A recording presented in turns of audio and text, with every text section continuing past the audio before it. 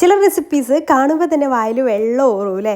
അതുപോലെ അത് ട്രൈ ചെയ്ത് നോക്കാനും ഭയങ്കര ഇൻട്രസ്റ്റ് ആയിരിക്കും. അതുപോലെ ഒരു ഐറ്റം കേട്ടോ ഞാൻ ഉണ്ടാക്കണമെന്ന് ആഗ്രഹിച്ചിട്ടുണ്ടായിരുന്ന ഒരു റെസിപ്പിയാണ്.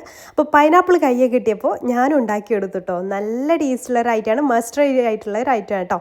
അപ്പോൾ പൈനാപ്പിൾ ഇതാ ഇതുപോലെ നീളത്തിൽ ഇതുപോലെ ഒന്ന് കട്ട് ചെയ്തെടുത്തിട്ടുണ്ട്. ഒരു പൈനാപ്പിൾ മുഴുവനൊന്നുമില്ല, ഒന്നിൽ നിന്ന് ഒരു 5 പീസാക്കിയിട്ട് എടുത്തിട്ടുണ്ട്. അതിലേക്ക് കുറച്ച് ഉപ്പ് ചേർത്ത് കൊടുക്കാം. ഒരു 1/4 ടീസ്പൂൺ വലിയ ജീരകം പൊടിച്ചത് ചേർത്ത് കൊടുക്കുന്നുണ്ട്.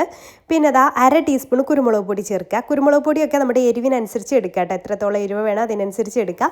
പിന്നെ ഞാൻ ചേർക്കുന്നത് കാശ്മീരി മുളക് പൊടിയാണ്, അതൊരു 2 ടീസ്പൂൺ ചേർത്ത് കൊടുക്കുന്നുണ്ട്.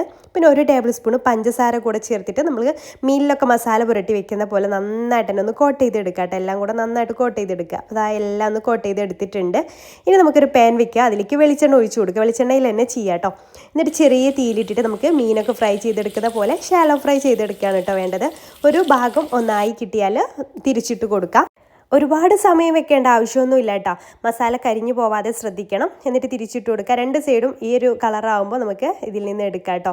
നല്ല ടേസ്റ്റ് ഉണ്ട്. ഇനി സെർവ് ചെയ്യുമ്പോൾ നമുക്ക് എന്ത് ചെയ്യണമെന്നറിയോ, അതിൻ്റെ മുകളിൽ കൂടെ 1 ടേബിൾ സ്പൂൺ കൂടെ പഞ്ചസാര ഒന്ന് വിതറി കൊടുക്കുന്നുണ്ട്.